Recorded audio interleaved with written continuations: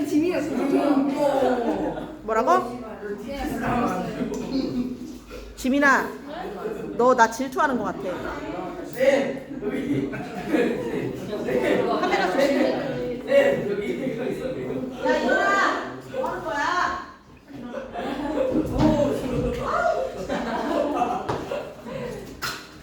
자, 시작할게요.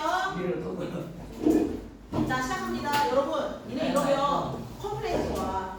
컴플레인 들어와. 잘하세요. 왜요? 자, 20쪽 펴, 20쪽. 서윤이의 핵심 톡톡 20쪽 펴. 없어요, 이제. 서윤이의 핵심 톡톡 한번 남았어. 그러니까 조용히 빨리 해. 이거 이상한 선생님 다 못 끝내는지 볼까? 자, 하겠습니다. 20, 조용히 해. 20쪽 봐. 자, 갈래는 여러분 현대식, 자유식, 서정식 똑같죠? 그치? 동그라미 쳐. 배웠어요. 어? 배웠어요. 어디다가? 배웠어요. 뭘 외워? 피나? 네. 내일 밴드 빨리 갖고 와. 밴드 갖고 와. 밴드 얼른 갖고 와. 나중에도 마음에 얘들아, 우리 빨리 수업해야 돼. 얘들아, 저희가 사람이 야, 18쪽 펴. 조용히 해! 야, 조용히 해. 프린트 18쪽 피세요. 18쪽. 자, 18쪽 잠깐 펴봐. 18쪽 잠깐 펴봐. 요거 동그라미 안 했어. 서정적, 민요적, 예상적 동그라미 하세요. 민요적 위에다가 삼음보라고 적어. 삼음보. 민요적 위에다가 삼음보. 18쪽.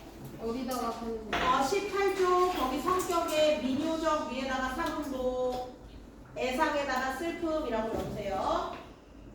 주제 밑줄 치고 떠나님을 잊을 수 없다. 자, 특징 밑줄 쳐. 같거나 비슷한 식구를 반복해서 운율 변경 그리고 반어 표현 밑줄. 자, 그럼 세연이 이따 미나 오면 알려줘. 자, 다시 20쪽 보세요. 빨리 할게요. 자, 성격 동그라미 쳐. 20쪽에 예목 박스 성격의 역설, 의지, 희망. 내가 줄게. 역설, 의지, 희망. 괜찮아? 미쳤어. 앞에 체크한 거 세우니까 이따가 봐. 자, 밑줄 치세요. 시련을 극복하고 스스로 사랑을 찾기 위해 노력하는 삶의 태도. 밑줄 쳐. 의지적. 단정적으로. 아까 필기 해줬죠? 단정적으로. 자, 비슷한 식구를 반복해서 주제로 강조하지만 모두 형성된 온율이라고 적어. 주제 강조 옆에다가 온율 형성. 넌 왜? 어디에요? 넘기세요. 네. 멍때리 있더라고. 진짜. 자, 여기다가 온율 형성이라고 써. 온율 형성. 얘들아, 특징 두 번째 점 옆에 주제 강조 있죠? 거기다가 온율 형성이라고 쓰세요. 자, 봄길의 구성 단계는 3단계입니다. 1에서 6행, 7에서 9행. 그리고 여러분 7에서 9행, 10행부터 보라를 기점으로요. 시상이 전환되는 거야. 이해됐어? 네. 앞에는 절망, 뒤에는 다시 사랑을 베푸는 사람이 있다고 하잖아. 다시 얘기할게. 보라를 기점으로 시상이 전환된다는 거 검서야. 네. 자, 거기 별표 쳐. 봄길에 사용된 표현 방법. 옆으로 짝입니다. 길이 끝나는 곳에도 길이 있다는 건 절망적인 상황에서 희망이 있다. 집중해, 범서야. 네. 길이 끝나는 곳에도 길이 되는 사람이 있는 건 희망을 잃지 않는 사람이 있다. 여기죠? 이렇게 옆으로 짝입니다. 옆으로 짝. 자, 태경이처럼 화살표 그려놓는 것도 좋을 것 같아요. 선생님이 화살표 하나만 그려놨거든? 3개 다 그려도 좋을 것 같아. 이렇게 짝, 이렇게 짝, 이렇게 짝. 뭐가 옆으로 일자리? 짝. 뭐라고? 뭐가 일자리? 얘들아, 역설 표현과 의미가 점이 3개 있지. 박스가 옆으로 짝이라고. 길이 있으면 희망이 있고, 길이 되는 사람이 있으면 희망을 잃지 않는 사람이 있고, 사랑으로 남아있으면 사랑을 베푸는 사람이 있고. 이해됐죠? 자, 맨 마지막 네모 보세요. 맨 마지막 네모. 봄길을 걸어가는 사람, 거기 봐. 봄길을 걸어가는 사람은요, 맨 마지막. 어두운 음영 처리되어 있는 박스 밑줄 쳐. 어떤 상황에서도 희망을 잃지 않고 묵묵히 걸어간다. 맨 밑에 힘들고 어려운 일이 닥쳐도 절망하지 않고 극복하기 위해 노력한다. 현서가 밑줄 쳐. 시계 본다고 시계가 빨리 안 가요. 그렇죠? 시계를 보고 있으면은요 더 안 가요. 그치? 자, 21쪽 보세요. 21. 역설의 개념과 효과 밑줄 쳐보겠습니다. 겉으로는 의미가 모순된데 모순에 동그라미 치세요. 모순. 네. 논리적이지가 않아. 이치에 맞지 않는 것처럼 보이지만 그 속에 중요한 사실이나 진리를 담고 있다. 그렇죠? 자, 역설의 효과 밑줄 치세요. 내면의 의미 강조, 참신한 느낌, 그리고 심오한 깨달음, 삶의 진리 깨우치게 해줌.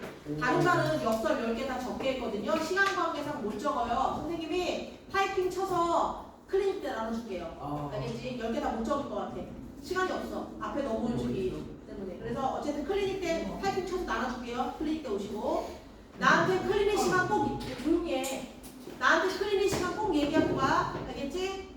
자, 그리고 그 밑에 별표처 역설을 통해서 희망을 강조했는데 결국 여러분 이 시에서 말하고 싶은 거는 두 번째 네모 있죠? 두 번째 네모 밑줄 쳐.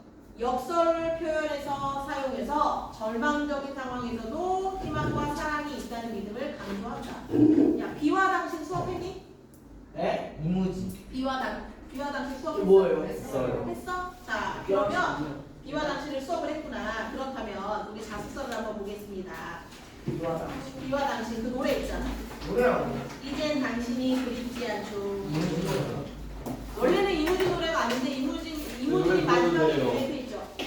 노래 볼게요. 잘 들어. 내가 노래 부르면 이제 100점 맞아야 돼. 알겠지? 부른다. 틀어주시면 안 돼요. 자, 다수결 할게요. 불러라 손 들어. 오케이 만나기 싫다 손 들어. 듣기 싫다.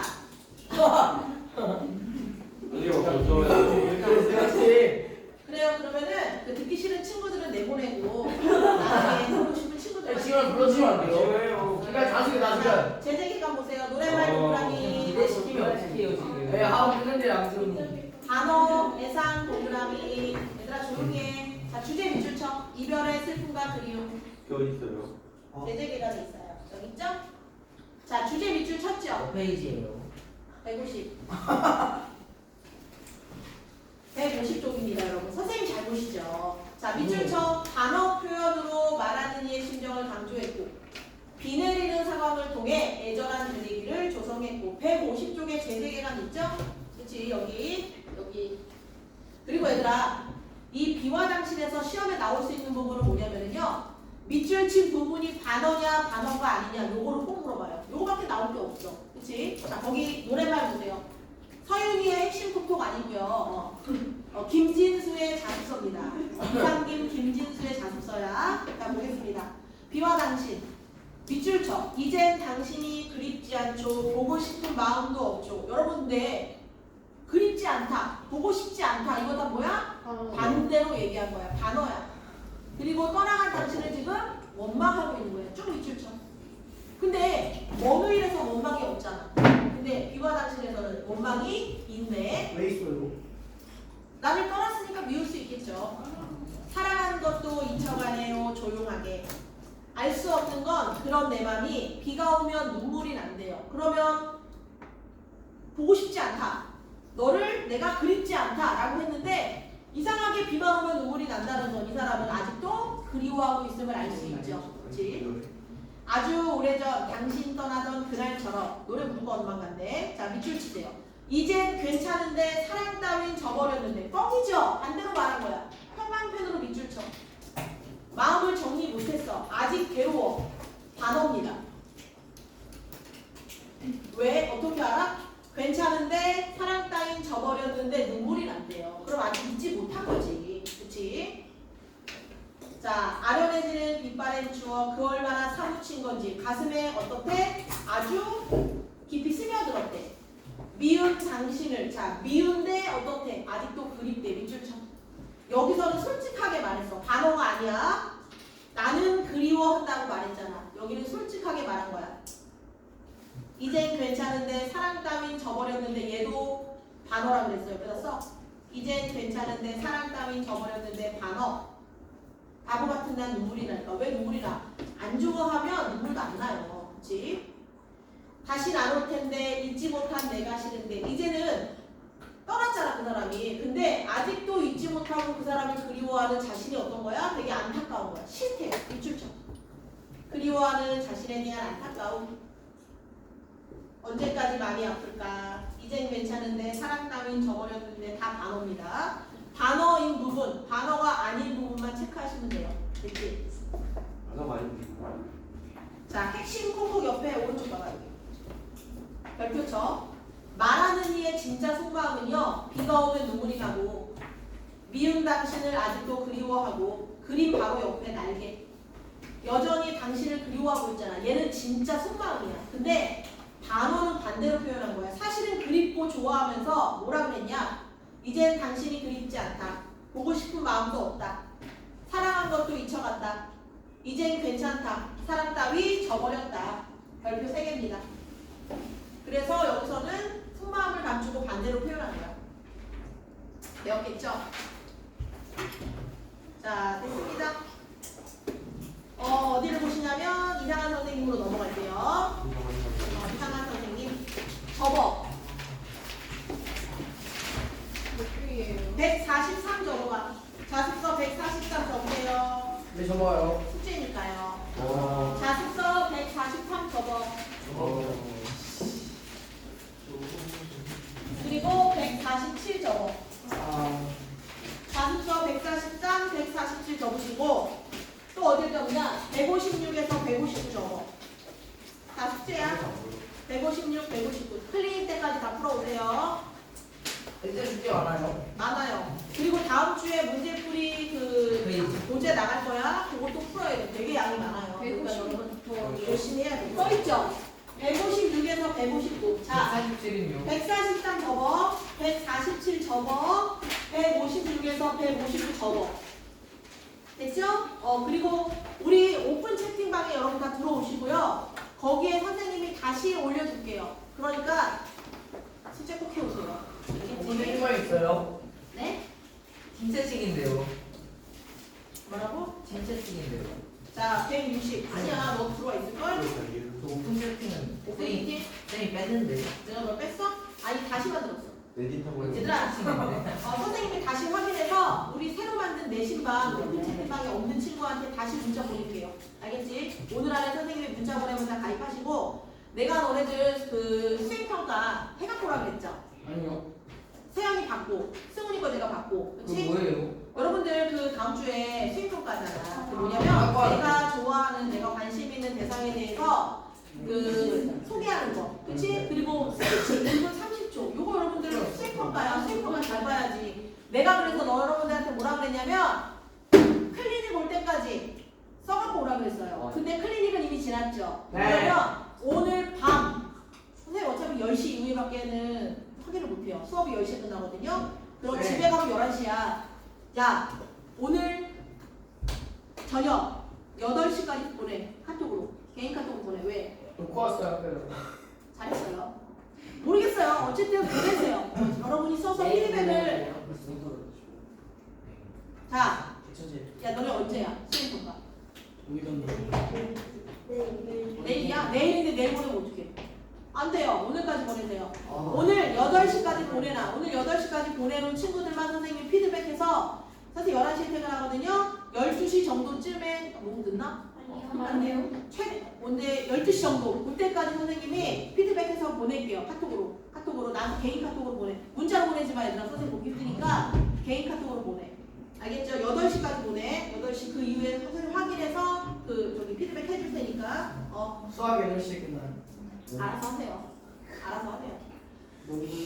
자, 10시까지. 됐죠? 10시. 네. 10시까지 보내. 10시까지 내 개인 카톡으로 보내서 선생님이 피드백하고 카톡을 보내줄게. 12시 전에 보내. 12시 12시 반 그 사이에 보내줄게. 끝? 자, 160쪽 보세요.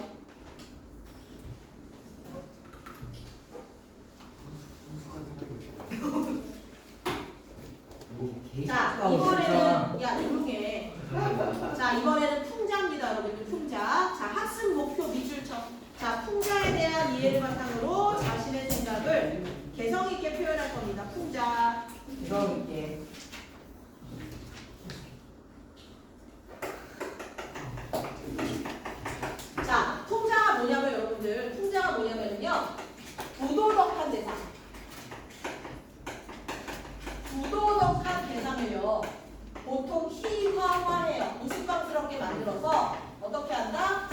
비판한다. 이게 풍자의 정의입니다. 풍자의 정의. 희화화한다는 건 그 대상을 우스꽝스럽게 만드는 건데 여기에는 외모를 우스꽝스럽게 표현할 수도 있고 또 그의 성격. 모발 그런 것들을 통해 성격이 드러나잖아요. 그쵸? 외모나 행동이나 말을 통해서 희화화해서 대상을 비판하는 게 뭐다? 풍자다. 그치? 자, 대상을 비판하는데요. 웃음을 유발해요. 웃음 유발. 안 적어도 됩니다. 그냥 들으세요. 근데 그냥 웃긴 게 아니라 날카로운 웃음이에요. 날카로운 웃음. 비웃으면서 우리가 웃는 거야. 이게 풍자야. 자, 설산중 작년 기출문제를 보면은요. 일단 뭐가 많이 나왔냐면 소설의 특징 나왔고 자 그리고 시조랑 같이 공통점 차이점 물어봤어요. 뒤에 이제 두꺼비 팔이 굵고 그 시조랑 그리고 박 선생님이 여기서 비판의 대상인데 사람이 어때?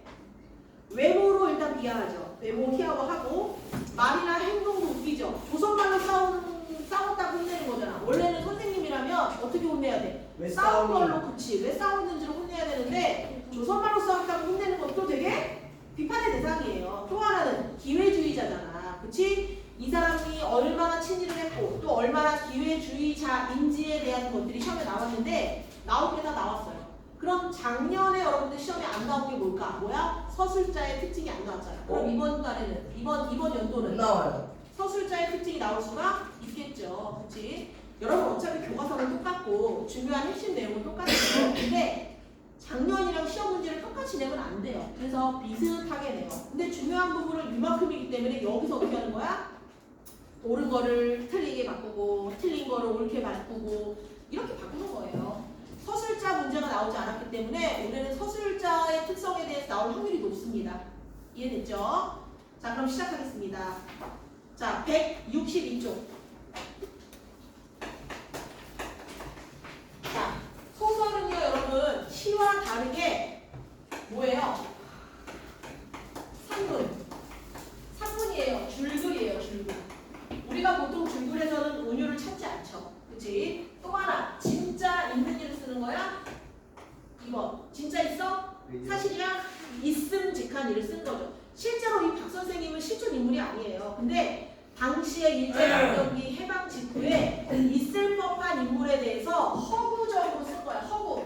가짜예요. 가짜. 허구. 세 번째 인물, 사건, 배경, 시간의 흐름에 따라 이야기가 전개되잖아. 그거 뭐라 그래? 서사. 이러한 특징들이 있습니다. 그래서 여러분 보통 이제 소설 야 똑바로 앉아. 장난치지 마. 그 소설의 특징을 물어볼 때 여러분들이 함축이다, 온율이다 그러면 안 틀려요. 정보 전달이다, 주장이다, 의견이다 안 틀려. 뭐랑 헷갈려 하냐면 단어. 있는 사실을 저 사실을 바탕으로 깨달음을 준다. 여기서 헷갈려요. 있는 사실을 바탕으로 깨달음을 주는 건 뭐예요? 시옷 피읍. 교훈. 수필. 수필이지. 수필이랑 헷갈리지 마. 수필은 글쓴이의 실제 경험을 바탕으로 깨달음을 주는 거지. 얘는 가짜야, 가짜. 가짜. 이해됐어? 무슨 말인지? 소설의 특징을 잘 알고 계셔야 돼요. 자, 소설의 특징. 소설의 특징은요. 서윤이의 핵심 톡톡히 적어볼게요. 22쪽 맨 위에. 22쪽 맨 위에. 여기 빈 공간 있죠? 여기다가 적으세요.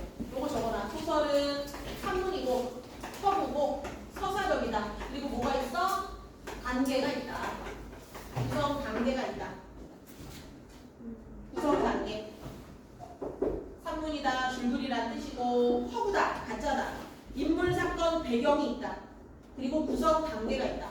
발간, 전개, 위기, 절정, 결말. 그쵸? 요거 쓰세요. 소설의 특징. 허리업. 그 역설은 내가 프린트해서 준다고 했지? 그거 쓰는데 30분 걸릴 것 같아요. 에?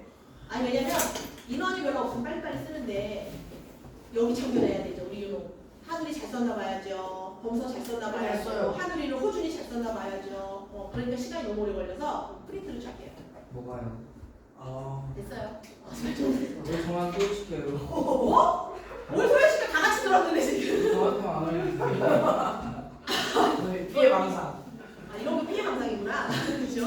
자연스러워. 이게 아니라 여기 다 같이 있었잖아. 이게 딴 생각해서 못 들은 거잖아. 너를 내가 그치, 소개시켜가지고 역설법이 너무 많아서 그래서 다른 친구들은 썼는데 인원이 별로 없어서. 근데 너네는 이제 이런 만큼 쓰는 습관이 많아요. 그래서 프린트해서 주겠다. 이해됐어? 무슨 말인지? 하늘아, 선생님 한 말 다시 해봐. 프린트해서 주겠다. 그렇지. 얘는 내가 말하면 그 순간 다른 생각을 하는 것 같아. 자, 됐죠? 시작하겠습니다. 162쪽. 발단부터 보겠습니다. 162 빨리 펴. 자습서 162. 발단입니다. 자, 잘 들어 얘들아. 발단은요, 인물을 소개하고 배경이 제시되는 단계입니다. 그치? 우리 박 선생님은 참 이상한 선생님이었다. 박 선생님은 생긴 거부터가 무척 이상한 선생님이었다. 박 선생님은 왜 이렇게 생기기 이상할까? 그치? 자, 발단에서는 여러분들, 발단에서는 박 선생님과 그리고 누구? 강 선생님의 외모, 성격을 대조해요. 근데 서술자는 가연아? 뭐하니? 똑바로 앉으세요. 자, 근데 서술자는 박 선생님은 되게 어떻게 외모를 희화화시키고 강 선생님은 되게 좋게 표현해요. 강 선생님한테는 우호적인 거야. 여기는 비판적, 빨리. 여기는 우호적. 그치? 요것만 잘 기억하세요. 자, 박 선생님은 생긴 것부터가 무척 이상하게 생긴 선생님이었다. 키가 한 뼘밖에 안 되어서 키가 되게 작대. 밑줄 쳐. 별명이 뭐냐? 뿅생, 뼘박. 쭉 밑줄 쳐. 키가 한 뼘밖에 안 돼서 뿅생, 뼘박. 무슨 말이냐면 한 뼘, 두 뼘 할 때 여러분 어떻게 세요? 손으로 이렇게 하잖아. 손으로 한 뼘, 두 뼘, 세 뼘 이렇게 세죠. 근데 한 뼘이라는 건 요거밖에 안 된다는 거야. 키가 되게 뭐 미안하긴 했지만 이거밖에 안 되진 않겠죠. 그치? 박 선생님은 어떻다? 키가 작다. 키가 작다. 뿅생이다. 뿅박이다. 자, 박 선생님의 키는 키 작은 사람 가운데서도 유난히 작은 키였다. 자, 밑줄 쳐. 친일을 어떻게 했냐면요. 일본 정치 때에 혈서로 지원병을 지원했다. 혈서가 뭐야? 앙 해가지고 여러분 쓰는 거잖아. 왜? 앙 쓰는 거. 왜 무슨 일 있어? 피로 쓰는 거죠. 피로 혈서. 그치? 이걸 통해 알 수 있는 거는요. 심지어 친일을 하는 친일파야. 친일파. 밑줄 쳐. 일본 정치 때 혈서로 지원병을 했다. 친일적 대도까지 밑줄 치세요. 이 사람은 심지어 친일도 했어요. 친일파니까. 그치? 체격 검사에 키가 제 척수에 차지 못해 낙방되었다면 그래서 땅을 치고 들었다면 얼마나 작은 키인지 알리다. 자, 두 번째. 그런 작은 키의 몸집은 그저 한 줌만 하고 이 한 줌만한 몸집 한 뼘한 키 위에 깜짝 놀랄 만큼 큰 머리통이 위태위태하게 올라앉아 있다. 그래서 박 선생님의 또 하나의 별명 밑줄 치세요. 대갈장군이래요. 강 선생님한테 대갈장군이라고. 미안합니다 선생님. 대갈장군. 내가 보기에는 그림 보니까 강 선생님이 그런 것 같은데. 그치? 자, 여러분 잘 봐. 몸이 되게 말라고 작잖아. 너 얼굴이 이만하다는 얘기예요. 그치? 무슨 말이야? 추파춥스라는 얘기죠. 추파춥스 선생님. 알겠죠? 추파춥스 선생님. 이렇게 생겼어요. 우리 강 선생님, 강 선생님이. 나 아니야. 알겠지? 저보다 쌤보니까 비율이 좋아가지고. 닥치시고요. 자, 머리통이 그렇게 큰 박 선생님의 얼굴은 어떻게 생겼냐면 또한 여느 사람과 달랐다. 자, 여러분 생긴 거를 이제 얘기하는 거야. 뒤통수와 앞니바가 툭 내솟고 툭 내솟았나? 뭐 이렇게 생겼나? 자, 두 번째. 눈썹이 시커멓고 그렇죠? 눈썹이 시커멓고 왕방울 같은 눈이 엄청 크대. 왕방울 같대요. 네? 전 방 아니에요 그냥. 왕방울 같은 눈. 그리고 또 어떻게? 눈은 부리부리하니 전기가 있고도 살았고 코는 매부리 크고 자, 그리고 입은 매기 입으로 귀밑까지 넙죽 째지고 이번 선생님 특별히 입술을 이렇게 그려드리겠습니다. 뭐네요 쌤? 자, 목소리는 쇠코치기로 찌르는 것처럼 쨍쨍하다. 자, 거기 작은 글씨 밑줄 쳐. 박 선생님의 외양 묘사했습니다. 다 밑줄 쳤죠? 세상에 뿅박이래요. 뿅생이래요. 또 대갈장군이래요. 이상하게 생긴 근데 왜 양이 아니라 왜 향 아니었어요? 왜 향 아니에요? 왜 양? 이게 뭐예요? 겉모습, 모양할 때 양. 왜 향은 이제 성향이지. 성격 같은 거. 그치? 자, 됐죠? 두 번째, 이제 강 선생님을 한번 보겠습니다. 이런 대가의 장군인 뺨생 박 선생님과 아주 정반대로 생기니까 강 선생님이었다. 하트 치세요, 강 선생님 하트. 자, 강 선생님은 심지어 키가 커요. 그리고 몸집이 작다 그랬는데 여기서는 몸집도 크고 또 얼굴도 너부릇하고 얼굴이 검기는 해도 순하다. 또 뭐래? 사나움이 든 데가 없고 눈도 순하고 웃기를 잘하고 저도 그려주세요. 그리고 들려줘? 그리고 별로 성을 내는 일이 없고 아무하고가 장난을 잘하고 강 선생님은 이런 사람이었다. 얼굴이 높대대하다 그랬고 좀 순박해야 되고 키가 엄청 크다 그랬죠. 다리는 지금 보이지 않는 거예요. 다리는 여기까지야. 근데 낙서하면 회원이라서 선생님은 퇴사할 수 없으니까 여기까지 생각할게요. 요거는 손가락 팔이고요. 다리는 여기야. 여기 다리 여기. 알겠죠? 그리고 아니 착하게 생겼다고 했으니까 어디 갔었는데? 강 선생님 됐죠?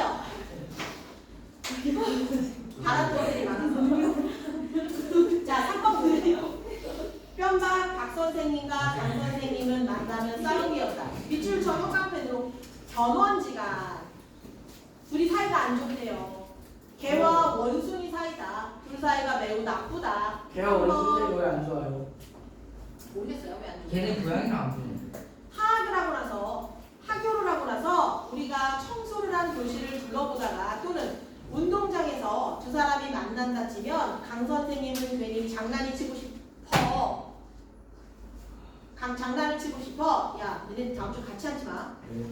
박 선생님을 먼저 건드리곤 했다. 하나는 커다란 몸집을 해가지고 싱글싱글 웃으면서 밑줄 쳐.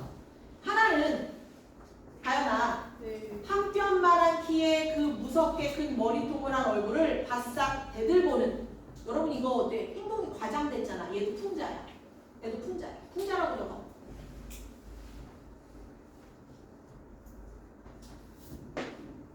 됐니? 사나움이 졸졸 흐르면서 그렇게 마주 서서 싸우는 모양을요. 큰 숙회 동그라미처럼 아주 큰 개 같대요. 누가? 강 선생님이. 그리고 고양이. 박 선생님은 작아서 아주 작은 고양이 같대요. 밑줄 쳐. 비유입니다. 비유. 자, 발단에서 뭐 했습니까? 강 선생님과 박 선생님의 외모, 성격을 비유했다. 박 선생님은 고양이 귀여운데. 그리고 강 선생님은 숙회다. 아주 큰 숙회다. 맨날 싸운다. 둘은. 됐죠? 자, 넘어갈게요. 얘들아 조용히 하고 162쪽에 오른쪽 날개 보세요. 맨 위에. 160의 오른쪽 날개. 나가 박 선생님을 묘사한 내용에서 알 수 있는 박 선생님에 대한 나의 태도. 밑줄 쳐. 밑에서 위로 세 줄 올라가서 나는 박 선생님을 부정적으로 보고 있다. 왜? 되게 우스꽝스럽게 만들었잖아. 뿅방에 대갈장군에 생긴 것도 이상하고, 그쵸? 그래서 부정적이다. 됐죠? 넘겨. 164쪽. 164쪽 보세요. 정계입니다. 정계에서는요, 갈등이 드러나요. 갈등이 드러납니다. 164쪽. 다른 학교에서도 다 그랬을 테지만, 우리 학교에서도 그때 말로 국어라던 일본말, 그 일본 말로만 말을 하게 하고 엄마 아빠 적부터 배운 조선말은 아주 한마디도 쓰지 못하게 했다. 그러나 주제소의 순사. 자, 주제소라는 건 지금의 여러분 파출소예요. 파출소. 그리고 순사는 지금의 그 경찰들. 파출소에 근무하는 경찰들이라고 보시면 돼요. 면회, 면서기, 도, 평의원 다 뭐하는 사람들이야? 좀 특별한 일치에 있죠. 정치를 한다거나 아니면 공직자거나 뭐 공무원이거나 이런 사람들은 또 군이나 도에서 연설하러 온 사람, 이런 사람들이나 조선 사람끼리 만나도 척척 일본말로 인사를 하고 이야기를 했지. 다른 사람들, 보통 사람들은 일본 사람과 만났을 때 말고는 다들 조선말을 하고, 그래서 학교 문 밖에 나가면 말판 늘 계속 조선말로 말을 하는 사람들이요. 더구나 집에 돌아가면 어머니, 아버지, 언니, 누나, 아기 모두들 조선말로 말을 했다. 되게 일제의 탄압이 되게 심했던 거예요. 우리말을 못 쓰게 해서, 조선말을 못 쓰게 하고 일본말을 쓰게 했어. 근데 일반 사람들은 우리끼리 있을 때, 조선 사람들끼리 있을 때는 어때? 조선말을 했지만 학교 가가지고 조선말 하다가 맞으니까 거기서 일본말을 쓰는 거죠. 맞아요. 맞죠. 여기서 막 두드려 맞잖아. 그리고 또 하나, 공직자들이나 공무원들이나 이런 사람들은 자기네들끼리 있을 때도 일본말을 썼대요. 이것도 대조야. 그러니까 우리도 교실에서 공부를 하고 나와 운동장에서 우리끼리 놀고 할 때에는 암만 해도 일본말보다 조선말이 더 많이 더 잘 나왔다. 학교에서고 학교 밖에서고 조선말로 말을 하다 선생님한테 들키는 날이면 경치는 판이었다. 아주 혼났대요. 선생님들 중에서도 제일 심하게 밝히는 선생님이 지금 164쪽 2번이다.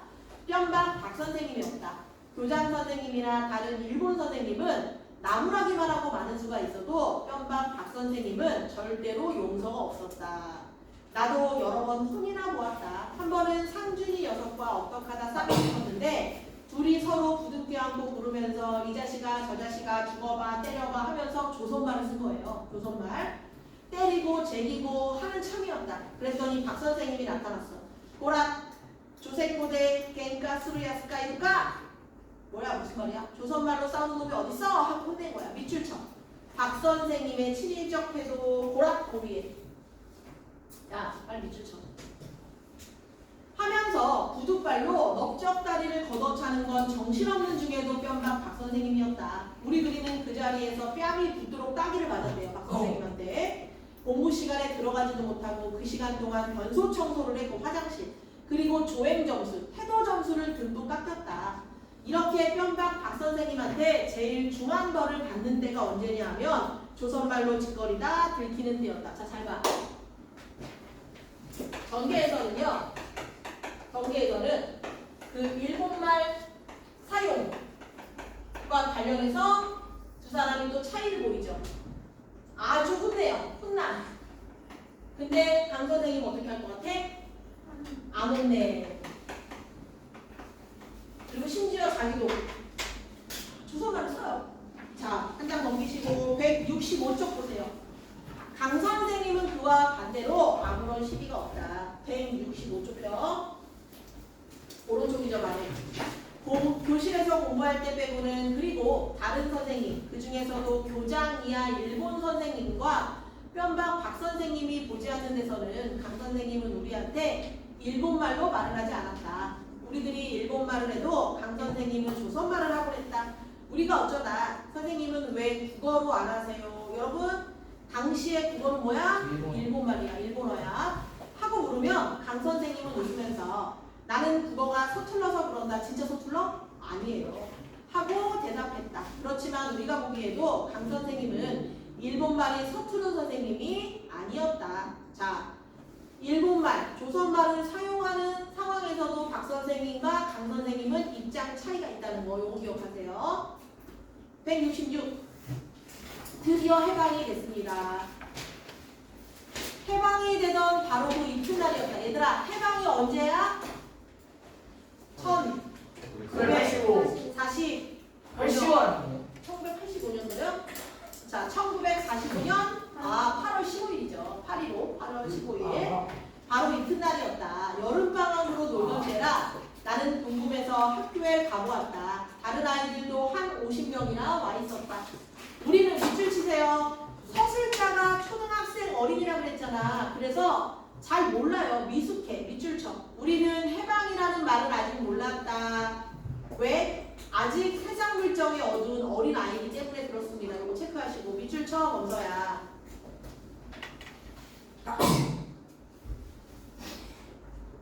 빨리 밑줄 쳐. 일본이 전쟁에 지고 항복을 한 것만 알았다. 선생님들이 그 중에서도 뼘박 박 선생님이 그렇게도 일본은 결단코 전쟁에 지지 않는다고 기어코 전쟁에 이기고 천하의 못된 미국, 영국을 거꾸러뜨려 천황폐화의 위험을 이 전 세계에 드날릴 날이 머지 않았다고. 자, 어때? 일본을 아주 맹신하고 있죠. 밑줄 치세요.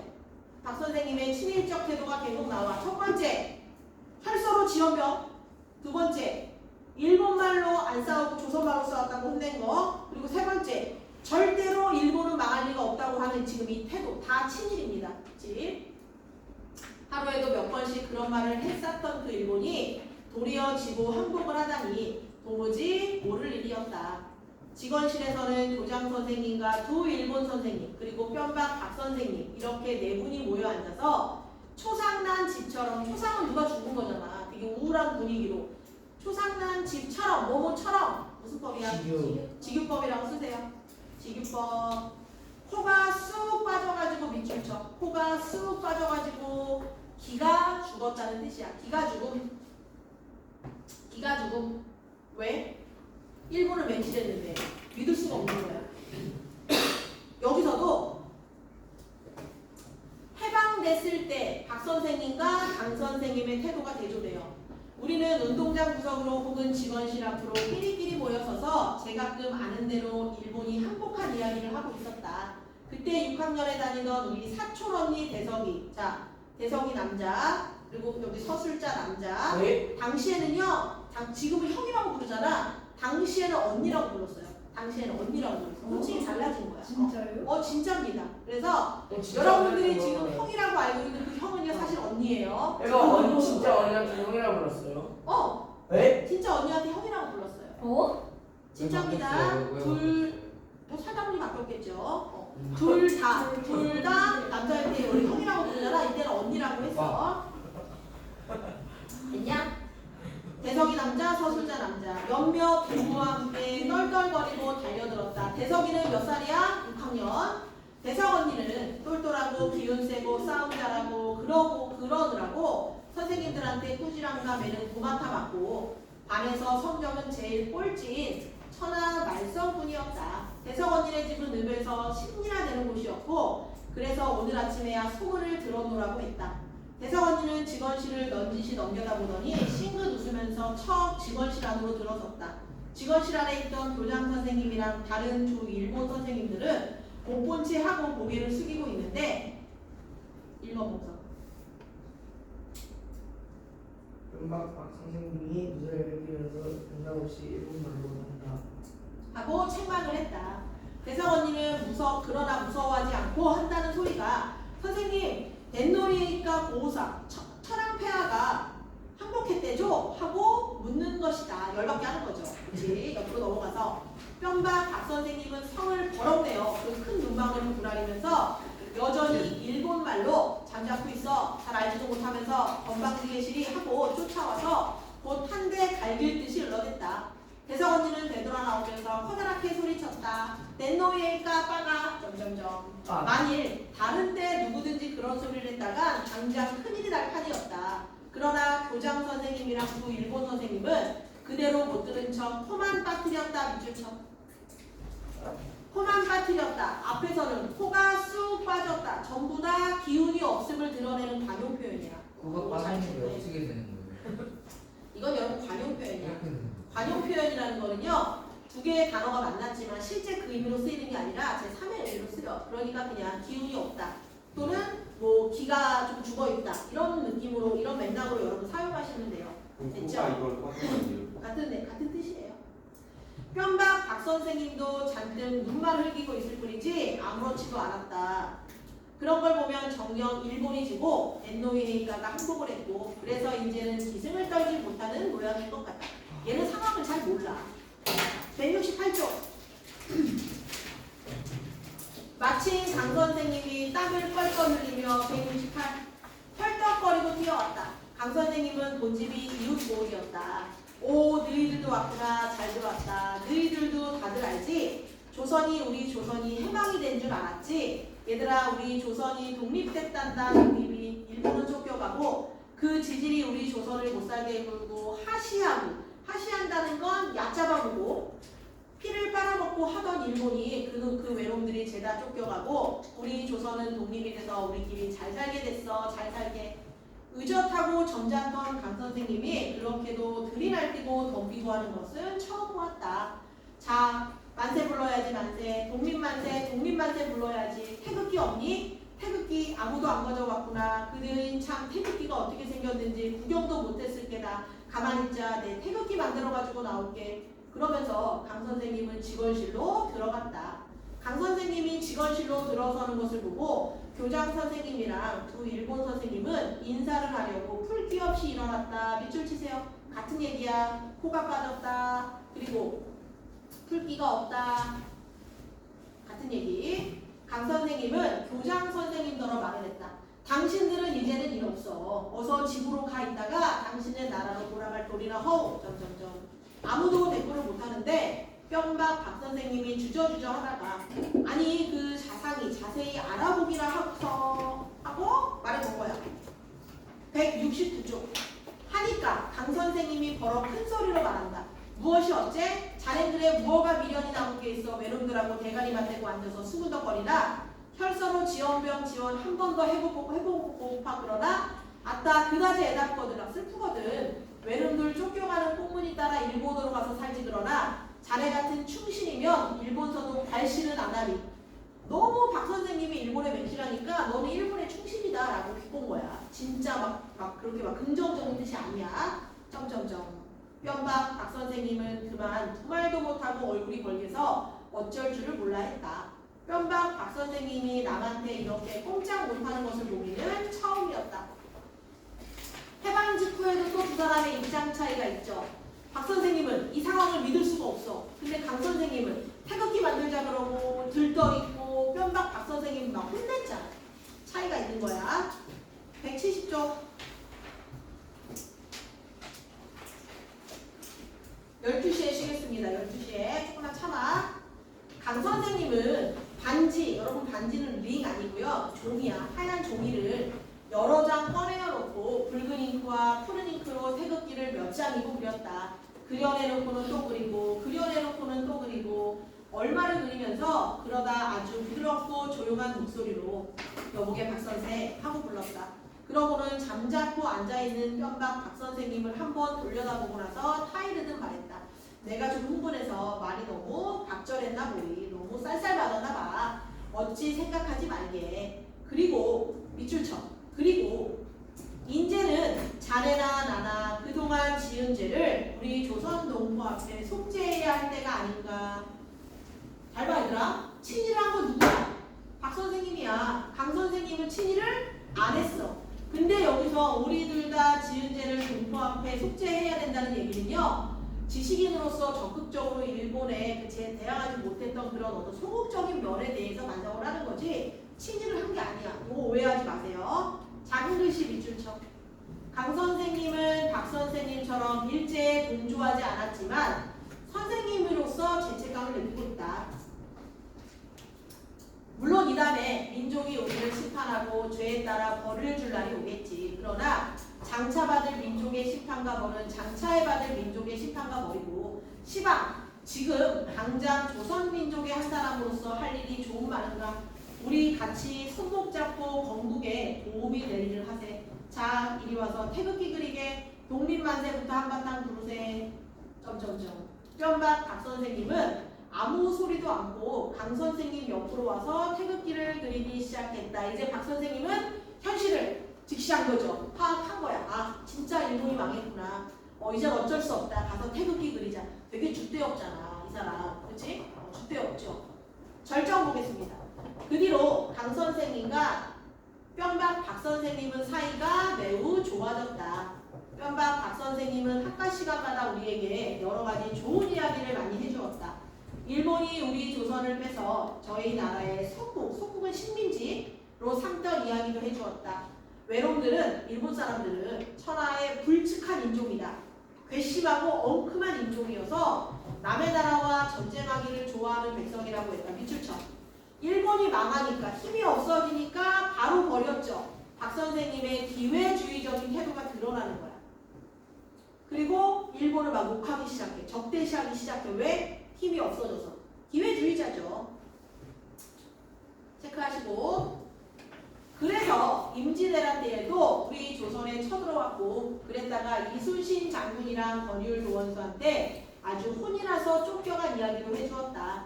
우리 조선은 역사가 4,000년이나 오래되고 그리고 세계의 어떤 나라 못지않게 훌륭한 문화가 발달한 나라라는 이야기도 해주었다. 뿅박 박 선생님은 한편으로는 열심히 미국말을 공부했다. 왜? 현성아 일어나세요. 똑바로 앉으세요. 가연아 너무 졸려? 보고 있었어? 얘들아 혹시 너무 졸리면은요 저기 서 있는 책상 있죠? 저기에 서도 되는데 일단 지금은 안 돼. 다음 주부터 카메라 건드리면 안 되니까 선생님 여기다 잘 놔줄게. 알겠지? 너무 졸리면 그렇게 하세요. 괜찮니 얘들아? 괜찮니? 괜찮니? 힘을 내세요. 서 있어. 일어나. 먼저 일어나. 저 말고요. 너무 졸리면 일어나. 니 졸려? 일어나. 다시는 못 앉아요. 내가 이 얘기를 일어나기 전에 했어야 되는 건데. 다시는 못 앉습니다. 서서 하시고. 서서 책 들고. 자, 그래서 미국말 왜 열심히 공부했어? 체크해. 미국의 영향력이 커지자 관심을 보였어요. 여러분 딱 조국 독립이 되고 나서 우리 광복되고 나서 남쪽은 미군이, 그쵸? 북쪽은 누가 들어갔어? 소련이 들어갔잖아. 그러니까 당연히 영어를 좀 할 줄 아는 사람들이 출세를 했겠죠. 그치?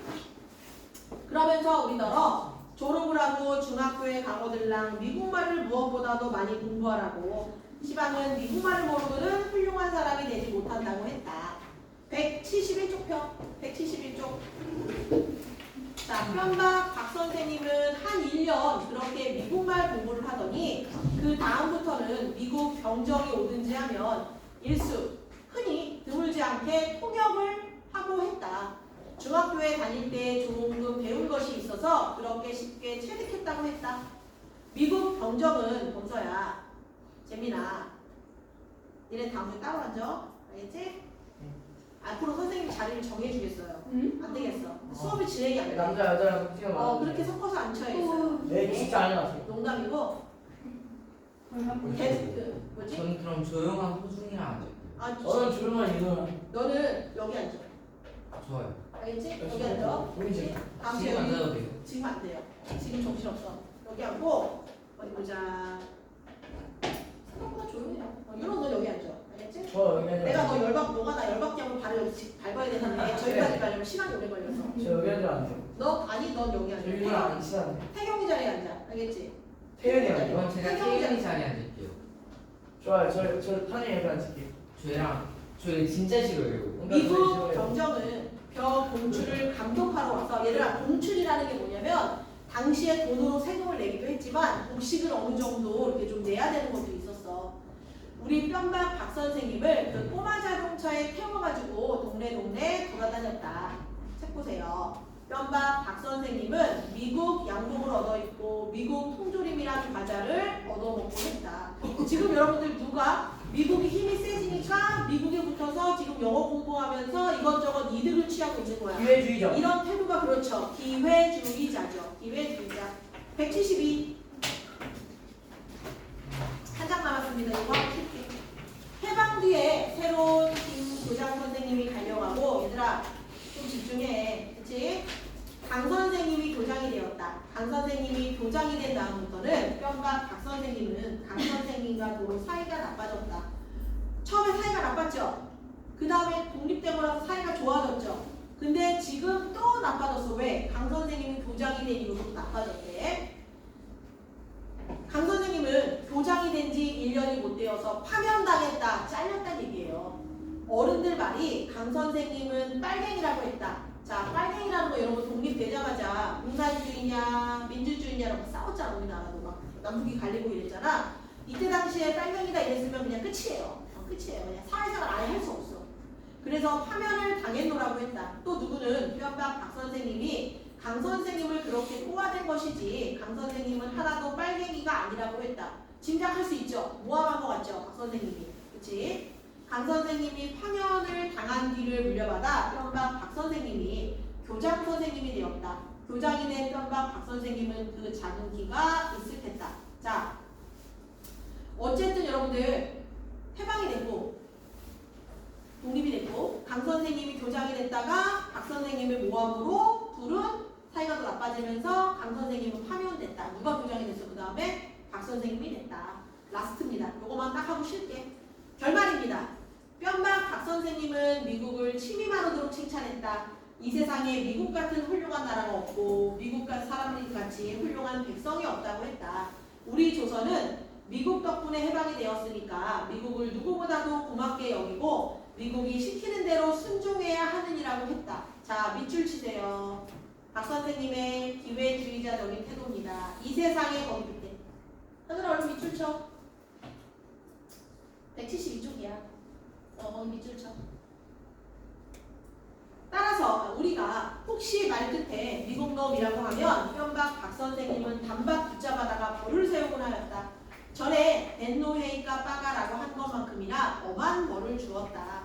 이놈아 아무리 미련한 소견이기로 자 보아라. 우리 조선을 독립을 시켜주느라고 자기 나라 백성을 많이 죽여가면서 전쟁을 했지. 그래서 그 덕에 우리 조선이 외로움의 압제에서 벗어나서 독립이 되질 아니했어? 그뿐인가? 독립을 시켜주고 나서도 우리 조선 사람들 배 안 고프고 편안히 잘 살라고 양식이야 옷감이야 기계야 자동차야 석유야 설탕이야 구두야 자 열거라고 적으세요. 열거